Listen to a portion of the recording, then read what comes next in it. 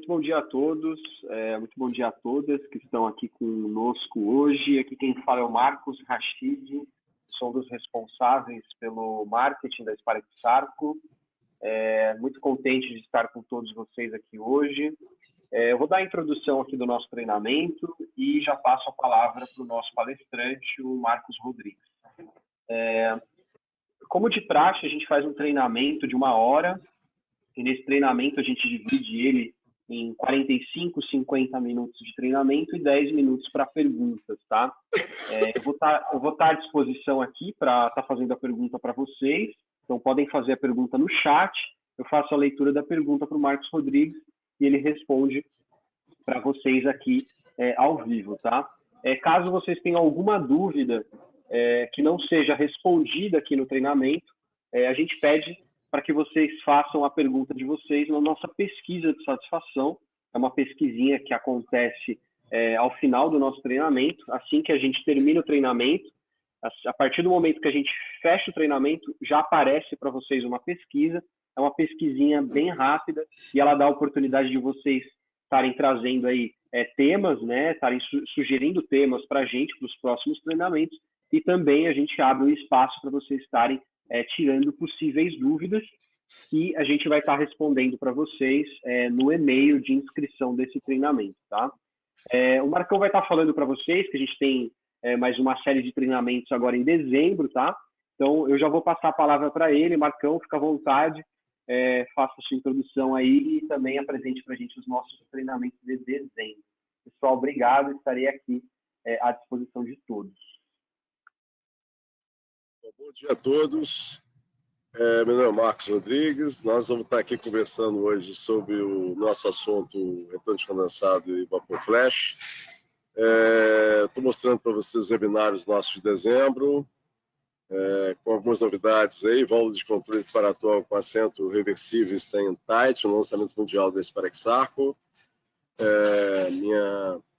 Minha colega lá e gerente, uma das pessoas que eu sou subordinado da companhia, a Heloise, vai estar nos brilhantando aí com esse webinário. E dia 13 eu vou estar fazendo webinário sobre desaeração.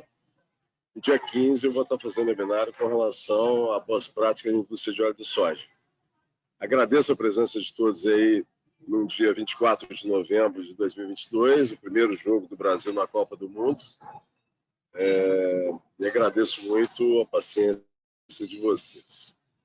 A Sparex Sarco tem um padrão de falar de segurança antes de qualquer reunião, antes de qualquer apresentação.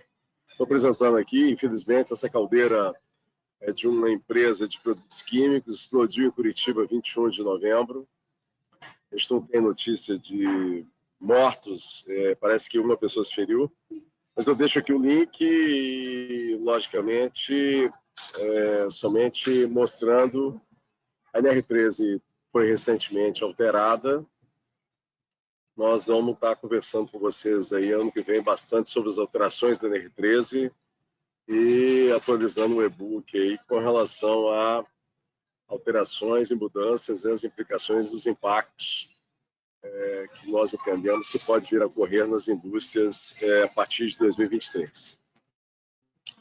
A Sparex, só fazendo uma apresentação para quem não conhece, é um grupo de empresas a nível mundial. Aqui no Brasil, a Sparex comprou a ITER, que é uma empresa de válvulas de controle, que tem um site em Sorocaba.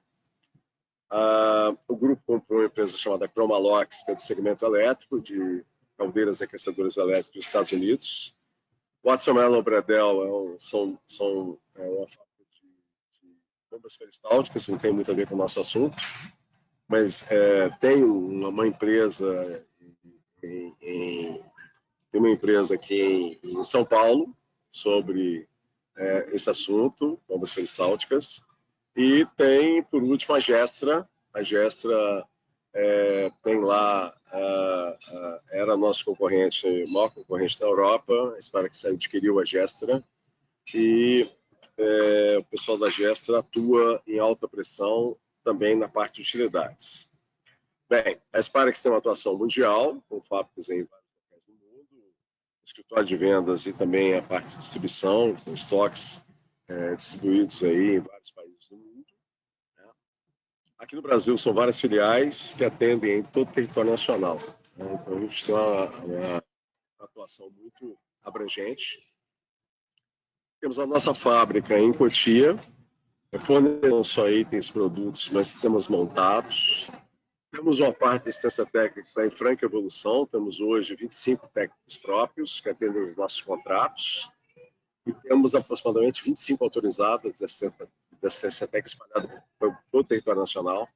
E também prestam assistência técnica autorizada em nossos produtos. Fazemos um trabalho de auditoria energética, verificando não só vazamentos, mas a performance dos nossos produtos. Tem a parte de treinamento, que eu sou responsável, ministro de treinamentos presenciais e webinários da Sparexarco no Brasil. E fazemos também a parte de gerenciamento de projetos, fornecimentos da Niki, fornecimentos, equipamentos montados, instalações, etc. A Sparexarco tem uma gama de produtos muito grande para geração de vapor, casa de caldeira que a gente chama, ou boiler house. Eu também estou acumulando essa função, né? Sou também o driver e o responsável técnico pela parte de equipamentos para a casa de caldeira. Tem toda a parte de acessórios, purgadores, válvulas, sistemas de controle, pressão, válvula de segurança, etc. Toda a parte de distribuição de vapor. A parte de válvulas de controle, medidores de vazão, etc., para sistemas de utilização de vapor. E, por último, retorno de condensado. Vários tipos de bombeamento, purgadores de bombeamento, purgobombas, sistemas de bombeamento para condensar. Nosso assunto aqui é exatamente esse, né? Então, eu vou procurar responder essas perguntas. O que compõe o condensado? Qual a pressão mais adequada às tubulações de condensado? Quais são as possíveis causas das tubulações de condensado furarem? Quais as providências necessárias para um sistema de retorno de condensado confiável? Como ter um sistema de retorno de condensado monitorado e quais as maiores anormalidades? Como identificar a vazão de retorno de condensado e por que algumas empresas possuem metas de retorno de condensado? Então, a gente vai procurar responder essas perguntas. Vocês ficam à vontade para me interromper, o Rashid me interrompe, porque, obviamente, o interesse nosso é que vocês participem, interajam aí conosco, ok? Bem, o que compõe o condensado? Perceba nesse slide, independente da vazão, eu estou exemplificando aqui para 1.000 kg por hora, pode ser 100 kg por hora, pode ser 10 toneladas por hora, de 4 para 0, revapora 10% aproximadamente. Então, você tem 100 kg de vapor flash e 900 kg de água, né? E aí, muitas das vezes, fica essa história que a tubulação é de condensado. Né? Dá a impressão que a tubulação após purgadores, ela tem somente água. Na verdade, é uma tubulação de vapor. Perceba que 99,4% é ocupado por vapor.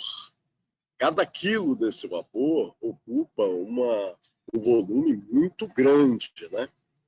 Então, para 0, para vocês terem ideia, cada quilo de vapor ocupa 1,725 metros cúbicos, né? Então é 1.725 litros, né? Sendo que, obviamente, a água, no estado líquido, 1 quilo de água é igual a 1 litro de água, né? Mas vapor não. Quanto menor a pressão no vapor, maior o volume que esse vapor ocupa. Então, o condensado, a tubulação de condensado após purgadores, é uma tubulação de vapor de baixa pressão, com um percentual altíssimo ocupado por esse vapor. Então, por isso que é diferente, gente, quando é uma tubulação de condensado que sai de uma bomba, quer seja uma bomba mecânica, que eu vou mostrar para vocês. Nós fabricamos bombas acionadas a vapor, acionadas a ar comprimido, especiais específicas para condensado, para água condensada, né, de altíssima temperatura, né, próximo a 100 graus. E também, obviamente, tem alguns sistemas que os clientes adotam bombas centrífugas, que, obviamente, tem lá as suas dificuldades em função de cavitação, de selo mecânico, para temperaturas próximas a 100 graus. Muito bem. Qual a pressão mais adequada nas tubulações de condensado? O ideal é que seja atmosférico. O ideal é que o vapor chegue os equipamentos por cima, você tenha a condensação, e essa condensação vá para o purgador, e o purgador abaixo da serpentina, da camisa, do trocador de calor, para que você não tenha contrapressão no purgador. Por quê? Porque se o sistema para, se a válvula de controle fecha, para que o equipamento não fique com água, não fique alagado. E aí, obviamente, nós temos essa situação em muitos equipamentos e em muitos processos, que faz que ocorram golpes, ocorram problemas de controle de processo, né? Então, o ideal, a pressão mais adequada, respondendo, é a pressão atmosférica. Sempre que você tiver um sistema em que a tubulação está subindo após o purgador, você está sujeito a alagamento, ou quando para o vapor, ou quando a válvula de controle vai fechando. E aí a válvula de controle vai estar fechando e controlando a temperatura, normalmente, do processo. E aí nós não temos garantia nenhuma que a pressão após essas válvulas vão se manter a 2 bar, 3 bar, 1 bar, 0,5 bar. Ou seja, vai chegar uma hora que não vai ter pressão, e se você tem, às vezes, uma coluna, ou depois do purgador a tubulação sobe 2 metros, 3 metros, já é suficiente para alagar. Além disso, nós temos a dificuldade que o sistema de condensado não tem manômetros, né? Você está vendo aqui que tem um manômetro aqui, simbolizando que eu tenho um manômetro, que está acusando que eu tenho um manômetro lá, devido à coluna e devido à pressão da tubulação de condensado. Nesse caso, eu tenho uma pressão de 1,5 pgf/quadrado que eu estou mostrando aqui no slide. Se eu tiver uma pressão igual a isso ou menor que isso, não tem como nenhum purgador funcionar, né? Por isso que muitos sistemas alagam, né? E aí, o que acontece, né? O que acontece? E se os purgadores perderem vapor? Os purgadores perderem vapor, se os purgadores vazarem vapor, essa pressão do retorno de condensado aumenta. E aumenta até quando? Aumenta até 2, 3, 4, 5, aí vai aumentando. E o sistema vai colapsando, vai alagando. E aí existem sérios problemas de troca térmica e sérios problemas de aquecimento. Então, por isso que existe uma preocupação nossa muito grande de instalar manômetros, monitorar a pressão de retorno de condensado, para que exista esse maior controle dos sistemas, né?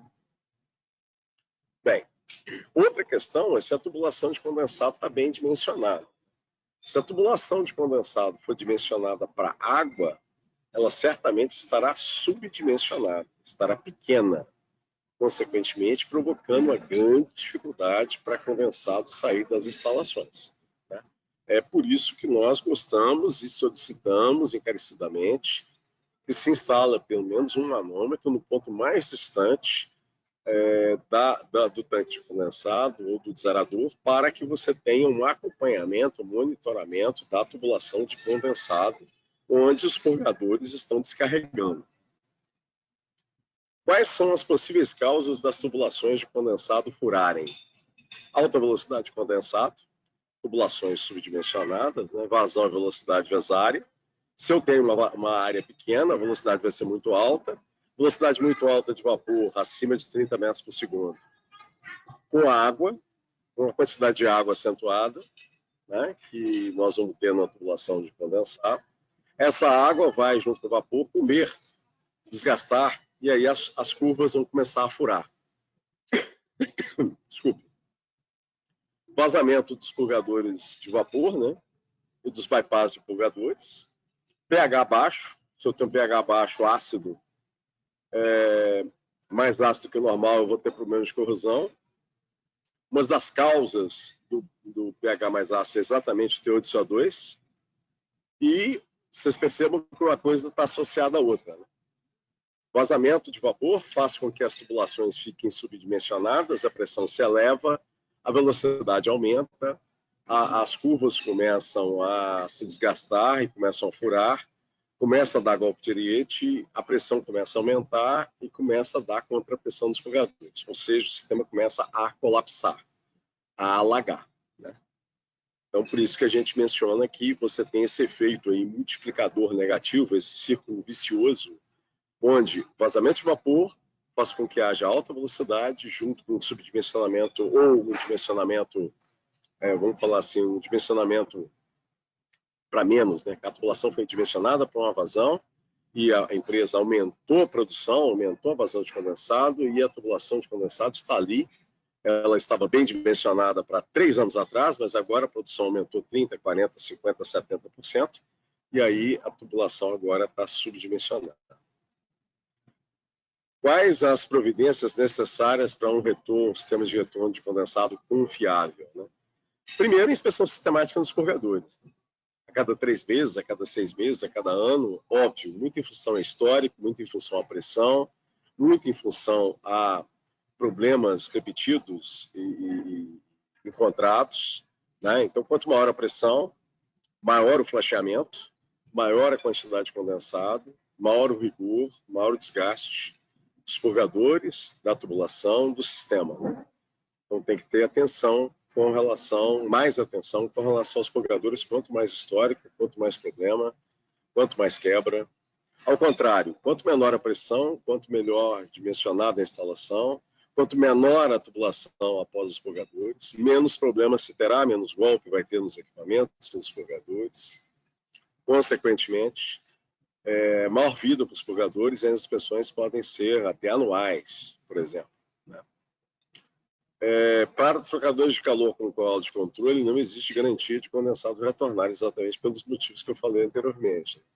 Quanto maior a variação de vazão de processo, maior vai ser a tendência da válvula de controle da entrada de vapor dos trocadores de fechar, fazendo com que a pressão após das válvulas caia, fazendo com que a pressão dentro do equipamento caia e antes do purgador caia.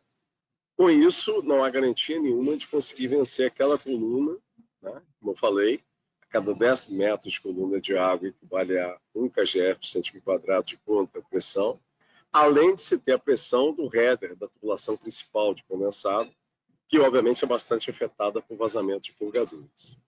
Por isso que em muitos sistemas é preciso despressurizar o sistema de condensado.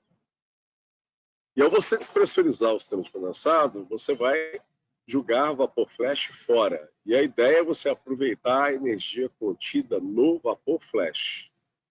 É vapor, e aí a gente vai mostrar para vocês que é facilmente calculado, facilmente utilizado, né, de várias maneiras. Ao você despressurizar esse condensado, passa a não ter pressão, e aí você conduz esse condensado para uma bomba de condensado, que é a Pivotrol. Aí o flash, você pode pegar e condensar esse flash com o trocador de calor, que a gente vai mostrar o EVC, que é um condensador, na verdade, de vapor flash, ou você coloca um purgador, ou você instala um purgador, que é um purgador que tem também a chamada purgobomba. Se houver alagamento, vai alagar dentro desse purgador e esse purgador vai conseguir bombear esse condensado para a tubulação de condensado, para o tanque ou para o desaerador. A Pivotrol é um sistema com boia, com dupla sede. Nós temos aí já milhares dessas bombas instaladas no Brasil, mais diversas instalações, bombeando condensado, água condensada, melhor dizendo, que precisa desse tanque que eu vou mostrar aqui, né? Vou mostrar aqui com o ponteiro a laser aqui. Esse tanque que eu estou mostrando aqui no slide, ele precisa estar despressurizado. Por isso que eu preciso de um vente aqui. Mas eu vou perder o flash, é muita energia. Pois é, vou mostrar exatamente que dá para aproveitar esse flash para pré-aquecer uma água, para pré-aquecer um fluido de processo e com a própria exaustão da própria bomba. Então, ou seja, é um sistema fácil de ser instalado, né? E essa bomba vai descarregar no seu sistema, onde você vai ter lá o seu sistema de condensado, onde a gente está sugerindo colocar o manômetro. Aqui mostra exatamente o EVC, condensando o vapor flash do coletor da bomba, pré-aquecendo uma água fria, ou uma água de processo, e você, logicamente, vai economizar vapor se você está aquecendo essa água, aquecendo o fluido de processo. E você passa a aproveitar essa energia para reduzir o consumo de vapor no seu processo, né? A água fria passa por dentro dos tubos, o vapor flash passa por fora dos tubos. Se você não tiver água fria, o vapor flash sai, né? É um trocador simples, é um trocador sem sistema de controle, é um condensador, na verdade. E aqui, o vapor flash aqui, condensado, você pode, obviamente, voltar para o tanque para retornar para a caldeira. Rashid, alguma pergunta? Marcão, até o momento não. Vamos seguir então em frente. Aqui, gente, é um purgador de bombeamento. Marcão, tá me ouvindo? Tem uma pergunta do Cláudio. Desculpa interromper você. De quanto em quanto tempo preciso fazer a buroscopia e gamografia das tubulações?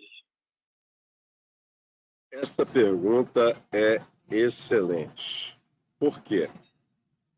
Porque eu tenho encontrado, gente, muita tubulação entupida, sabe? Não só de condensado, mas tubulação, por exemplo, de água que sai do tanque, que sai do desalador e vai para a bomba, da bomba que vai para a retenção, da retenção que vai para a caldeira. Eu recomendo vocês, toda parada de NR13, vocês olharem as tubulações. Tá? As tubulações, como eu falei, saída do zerador, saída do tanque de condensado até as bombas, ou a bomba, saída da bomba até a válvula de retenção, verifica a válvula de retenção. Nós temos encontrado algumas válvulas de retenção com problema, que tem dado em algumas caldeiras que, inclusive, param no final de semana, para a noite e volta exatamente a água da caldeira, jogando água de tanque de condensado para fora, pressurizando o zerador. Exatamente por isso que a gente tem recomendado instalar um termômetro antes ou depois da bomba de água da caldeira. Tá?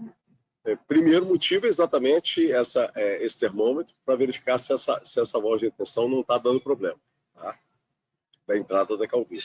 Segundo, para você ter informação se essa variação da temperatura da água da caldeira se está variando bastante. Quanto maior variar a temperatura da água na alimentação da caldeira, maior é o potencial para a gente melhorar o tanque de condensado, melhorar o desalador, para que você ganhe, para que você não tenha água fria, água a baixa temperatura entrando na caldeira. Tá? Tubulações de descarga de fundo. Vira e mexe, a gente encontra tubulações após as válvulas de descarga de fundo com lodo e com lama. Então é interessante toda parada dar uma verificada, ou a cada 2 paradas dar uma verificada.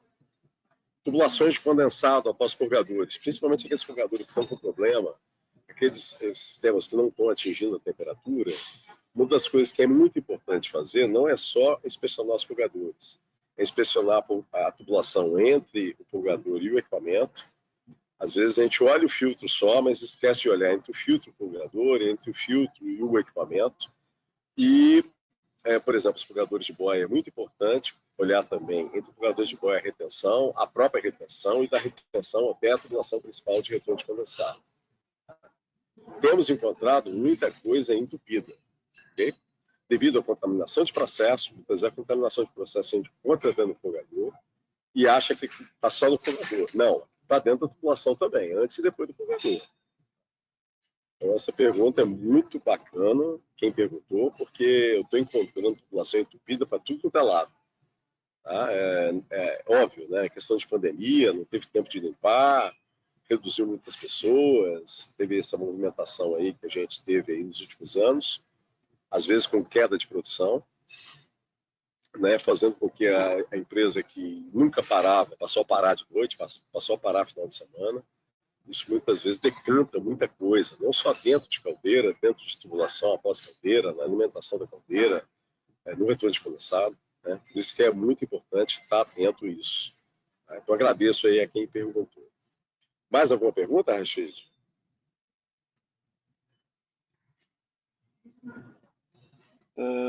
Marcão. Por enquanto não.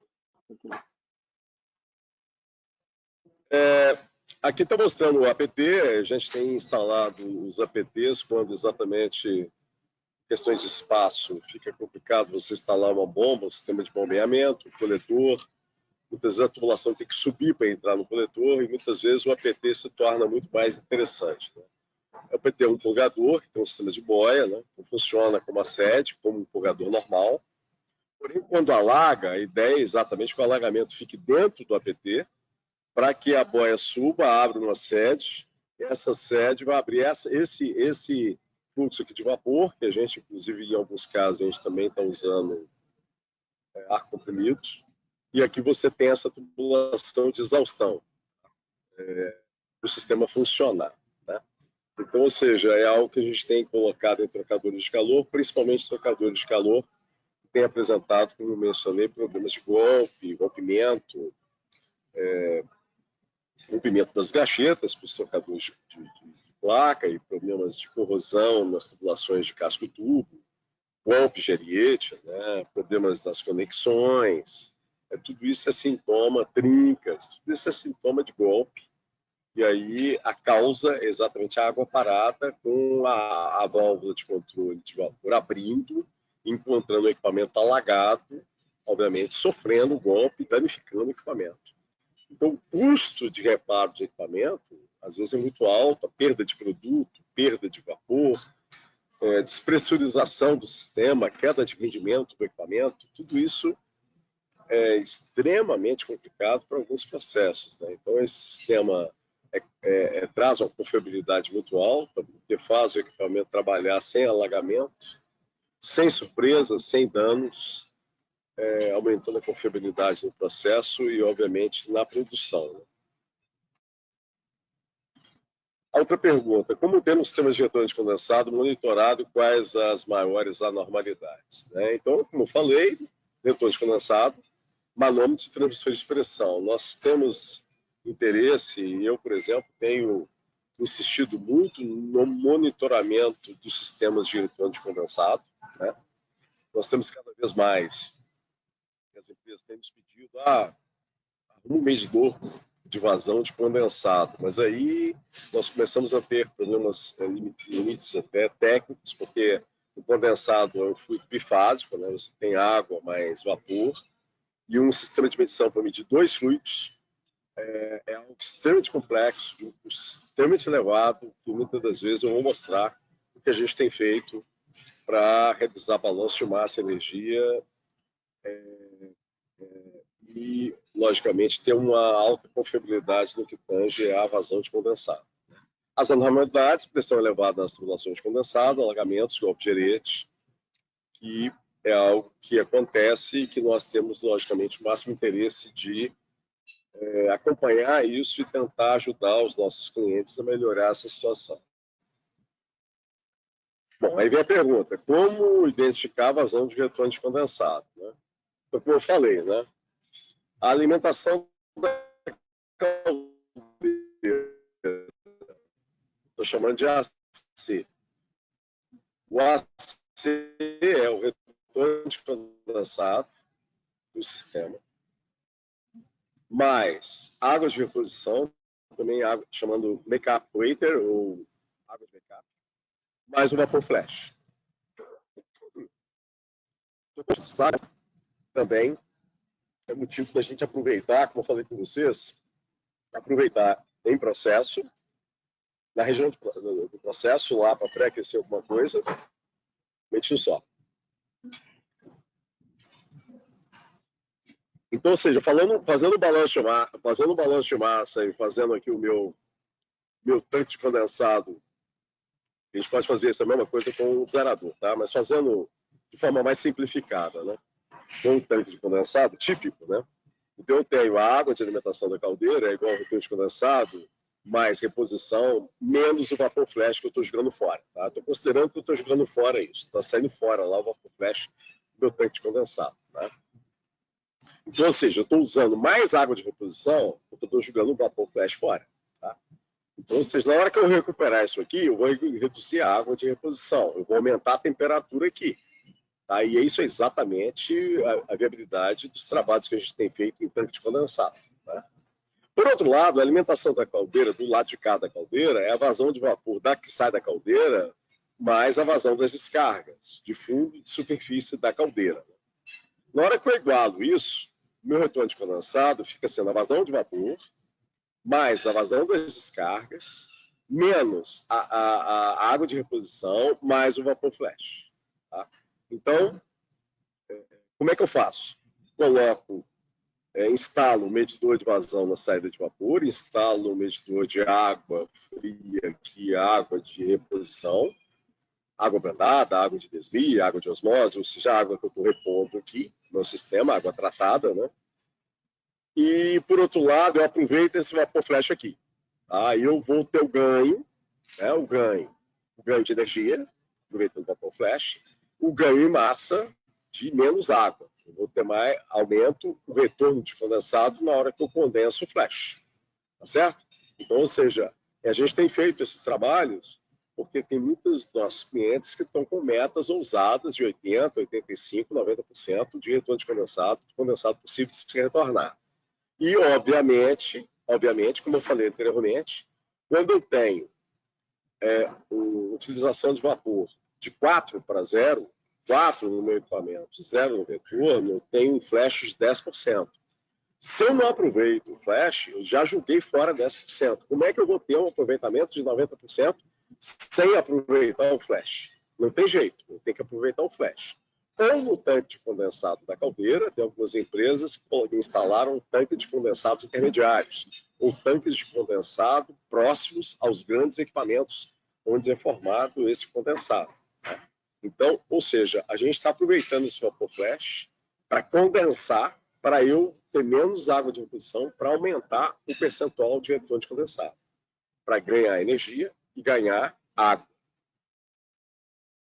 Aqui eu tenho um EVC, o condensador, em cima de tanques de condensado de zeradores. A mesma coisa. O flash, o vapor que sai do zerador, passa aqui, condensa, né? E aí pré-aquece a água que vai entrar no tanque de condensado, que vai entrar no zerador.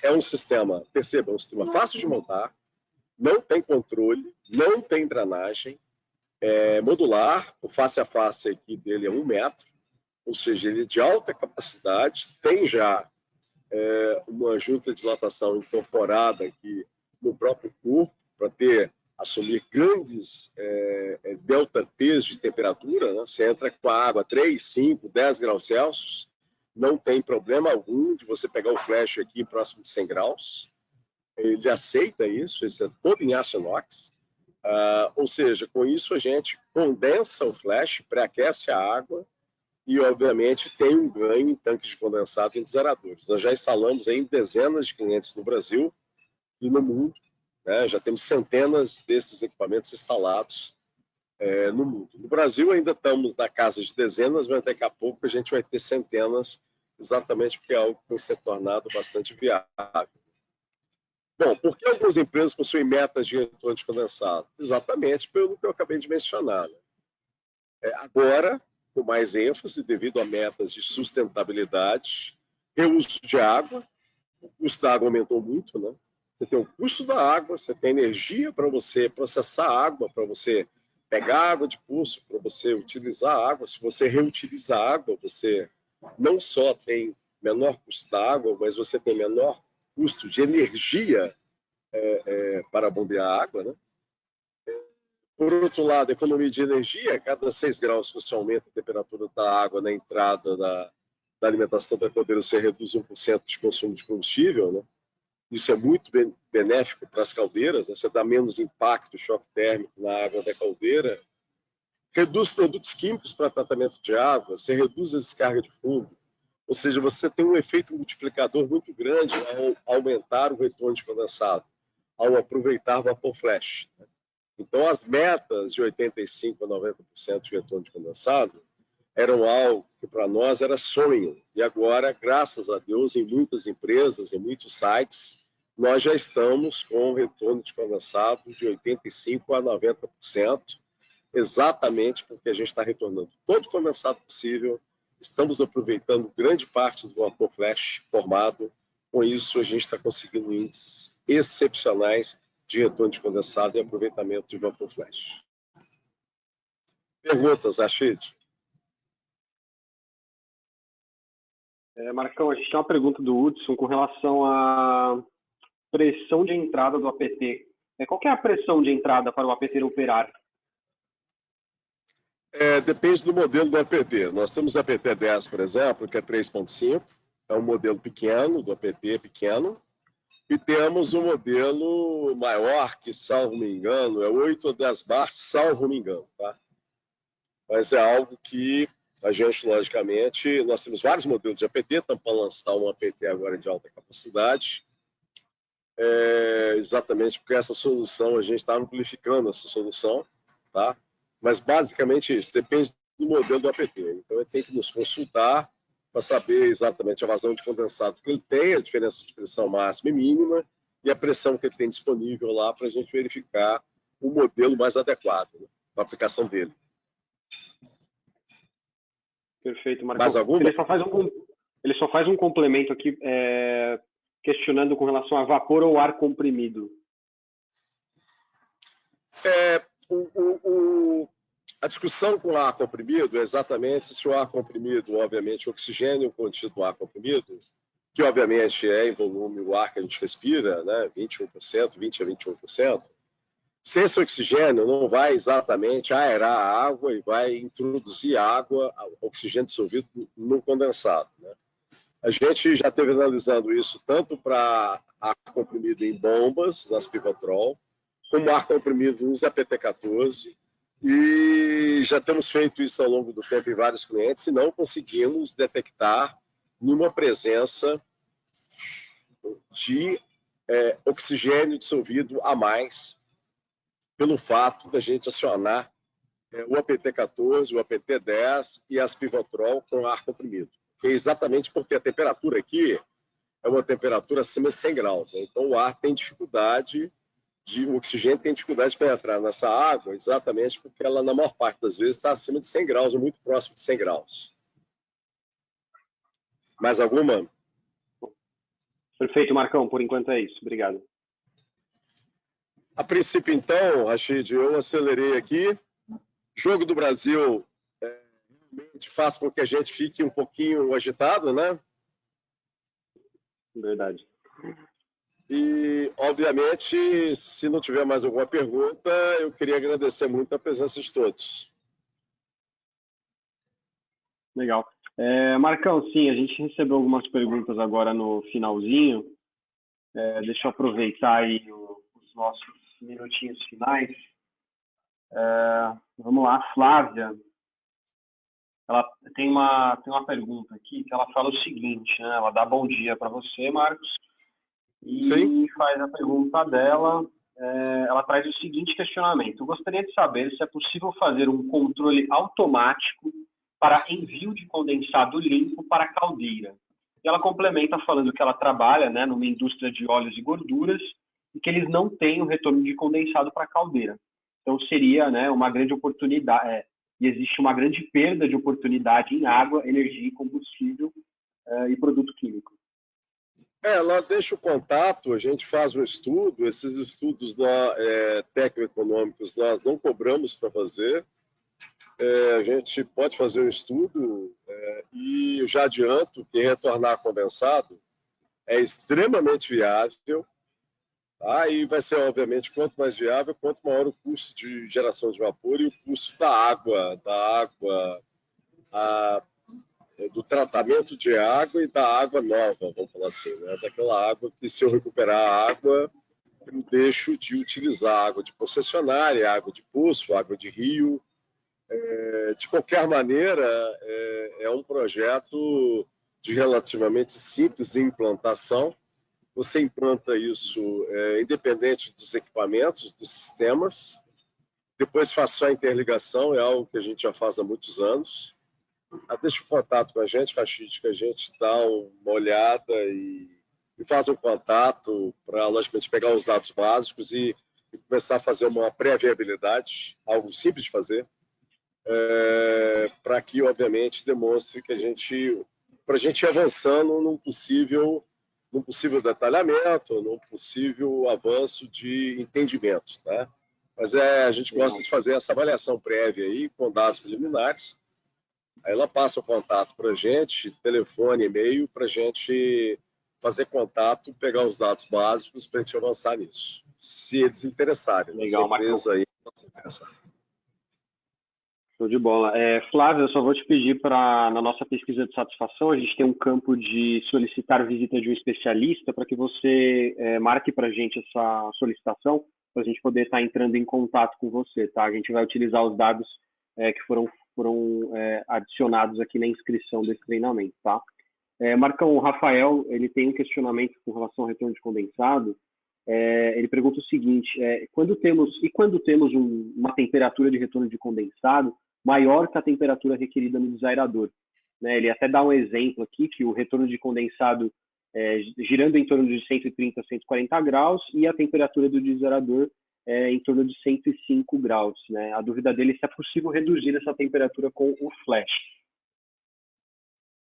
É possível sim. Se você olhar na tabela de vapor saturado, 133 graus é 2 kgf por centímetro quadrado, né, manométrico. 143 graus já vai ser a temperatura A3, tá? E, obviamente, você tem aí vapor flash junto com o eventual vazamento de purgadores, tá? Então, a primeira providência que a gente entende como sendo a mais econômica, que a gente sempre recomenda, é fazer uma inspeção dos purgadores no sistema de vapor, para ver se tem algum bypass vazando, algum purgador vazando. Normalmente, acontece, é comum você ter aí de 2 a 10% dos purgadores vazando, ok? Então, parte dessa pressurização pode ser vinda disso. Tá? Depois, esse é o primeiro passo, o passo mais econômico, que normalmente a gente adota. Né? Posteriormente a isso, você aí já começa a avaliar a pressão, se houve queda de pressão, né? Porque, obviamente, tem que ter uma diferença de pressão da tubulação de condensado para que o condensado consiga entrar no desaerador. O problema é quando a válvula de segurança do desaerador começa a abrir com certa frequência, que indica que a quantidade de vazamento está, ou bypass aberto, ou qualquer coisa, passando vapor vivo para o sistema de retorno de condensado. Okay? Então, a recomendação é, primeiro, verifique os purgadores, tá?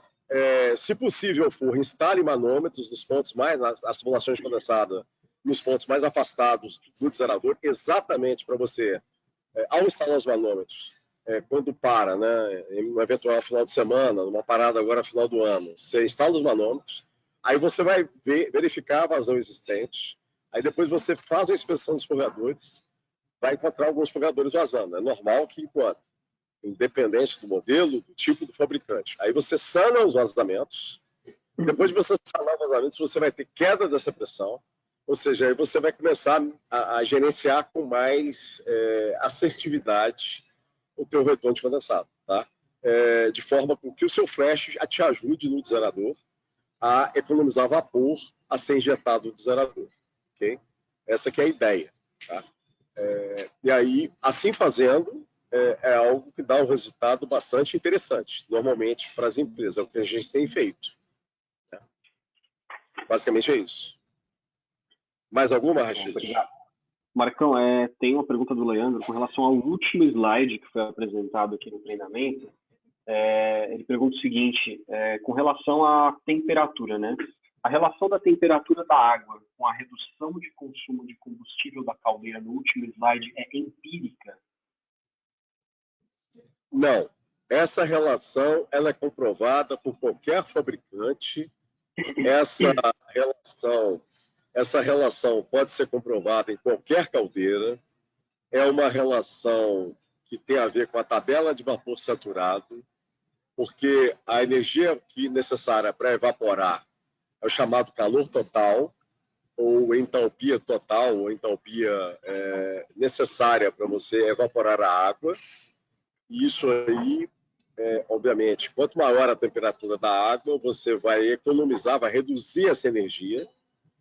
E essa redução de energia é que normalmente fica entre 5,5 a 6 graus. A gente coloca 6 graus de forma conservadora, tá? Mas é muito comum fabricantes de caldeira dar uma vazão de geração de vapor a água entrando a 20 graus, geração de vapor, a água entrando a 80 graus, então 80 graus menos 20 graus, 60 graus, e essa diferença é exatamente 10%. Então, ou seja, concluindo, a cada 6 graus Celsius que você aumenta a temperatura da água que entra na caldeira, você reduz 1% do combustível ou você também aumenta 1% da geração de vapor da caldeira. Okay? Isso aí pode ser verificado com qualquer fabricante de caldeira e a gente pode detalhar o memorial de cálculo, tá?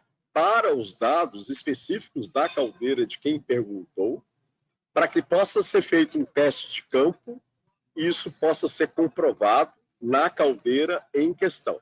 Tá?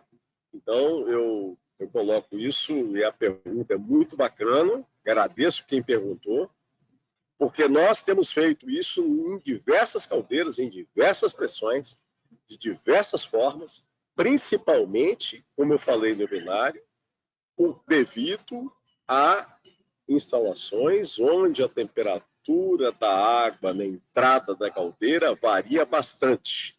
Nós temos pego instalações que a temperatura da água varia de 45 a 80 graus. Ou seja, 35 graus, né?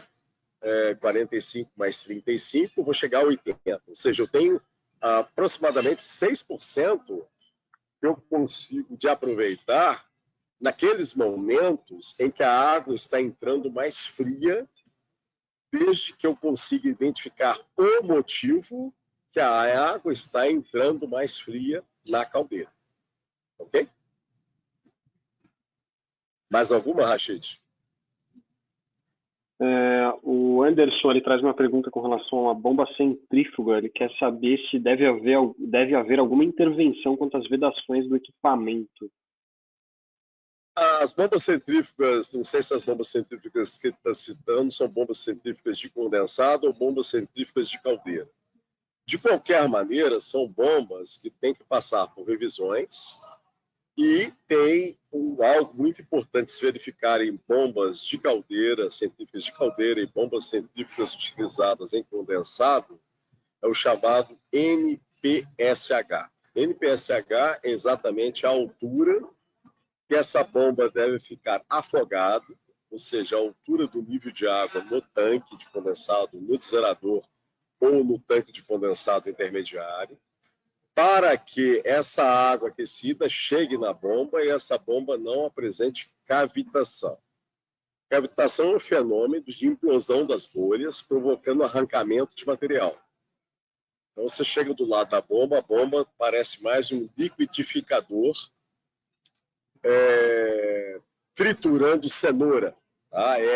Realmente a bomba apresenta um ruído extremamente alto e é exatamente da implosão das bolhas fazendo destruir o rotor e a carcaça da bomba. Tá? A cavitação é quando o tanque ou o nível está muito baixo ou a temperatura da água está muito alta. Por exemplo, muitos vazamentos, um vazamento de purgadores muito elevado, fazendo com que a água ferva no tanque de condensado.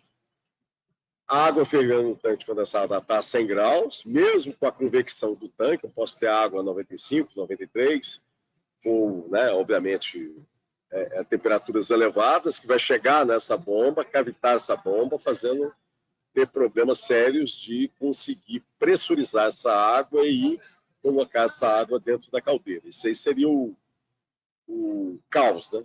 Um tanque de condensado acima de 95 graus, tá? Ou seja, água fervendo no tanque. Um tanque baixo, 2 metros de altura em relação à entrada da bomba.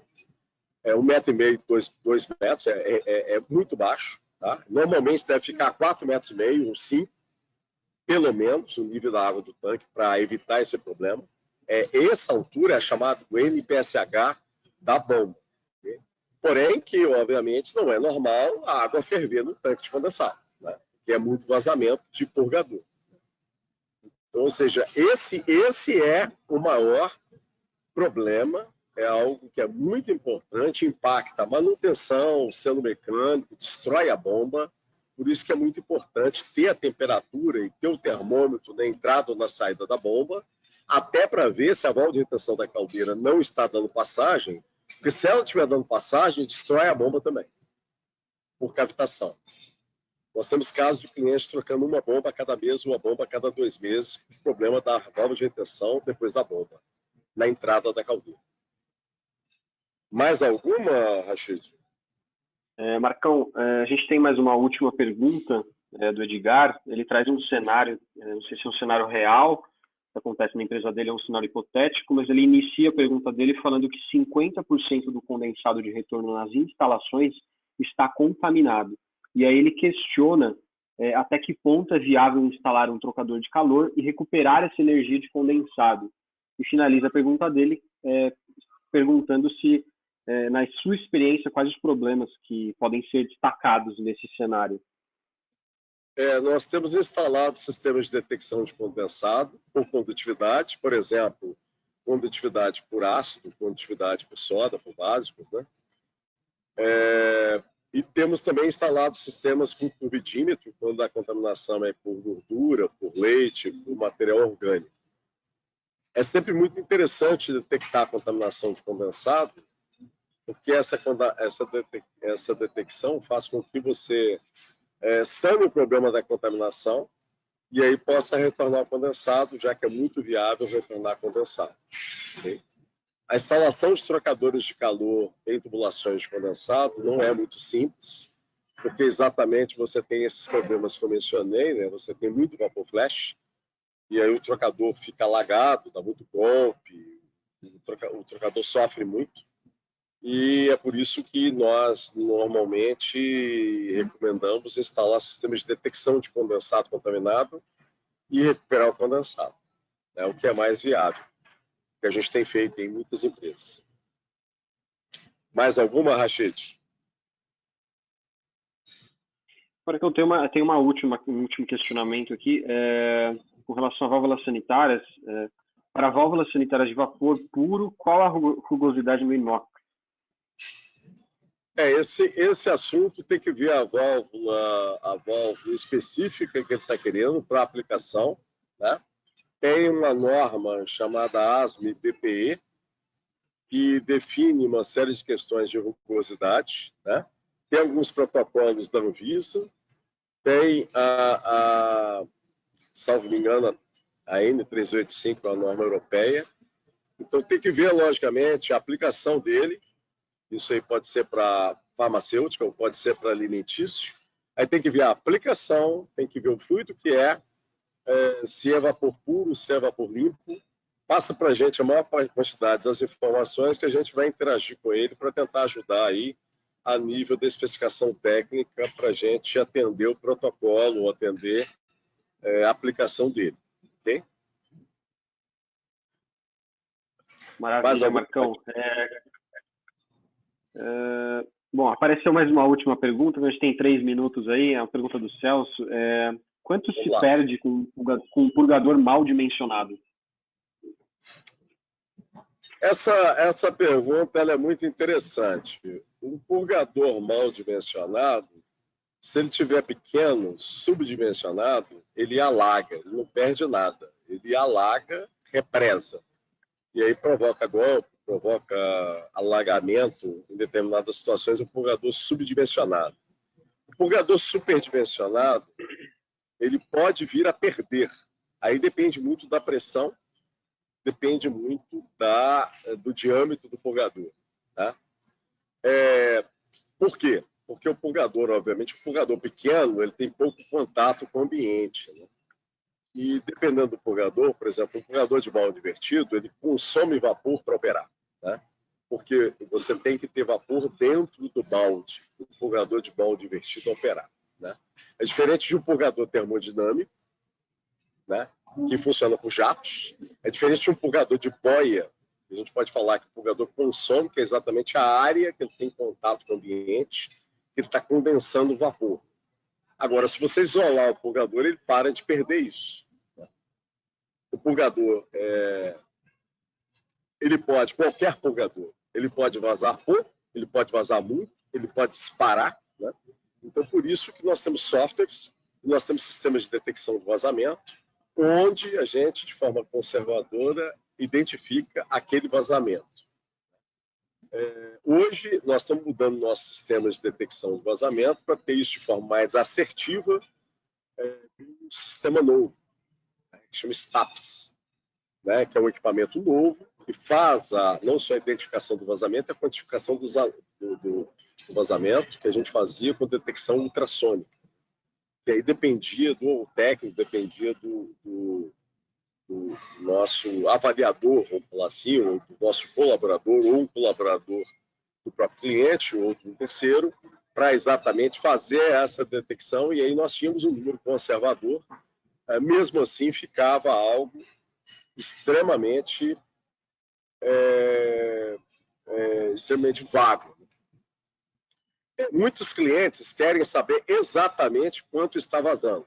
Tá? Isso é possível de se detectar medindo o condensado, pesando o condensado. Tá?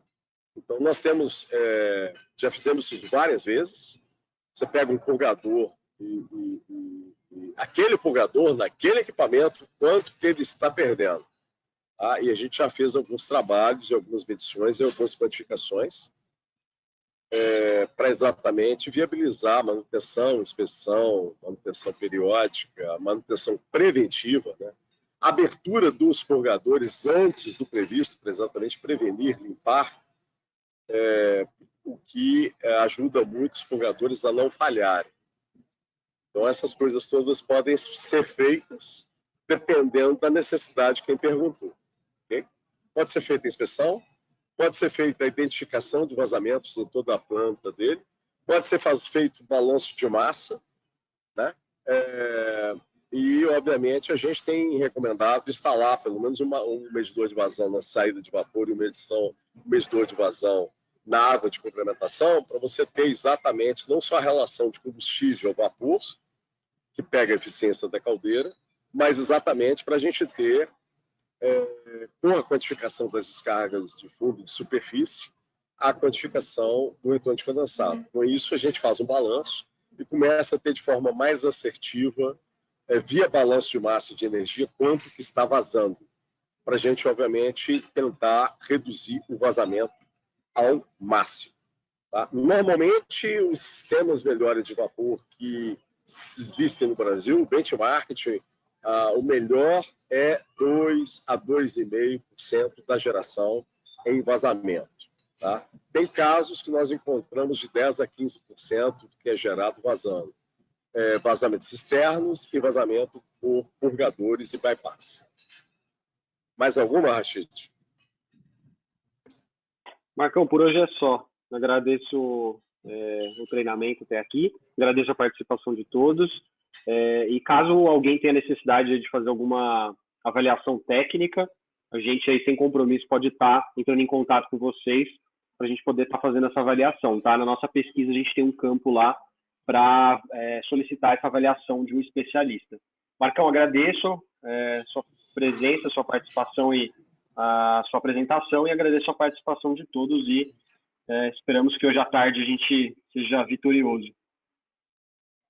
Um abraço. Realmente, Rachid, um abraço a todos, agradeço a paciência aí de todos nesse dia de jogo do Brasil, e vamos torcer para o Brasil muito, ver se nós estamos mais perto aí da França, da Inglaterra e da Espanha, e estamos longe aí da Argentina e da Alemanha, né, gente? Vamos torcer, porque é o nosso país, né? E a gente gosta muito de futebol. Um abraço a todos. Tchau, tchau.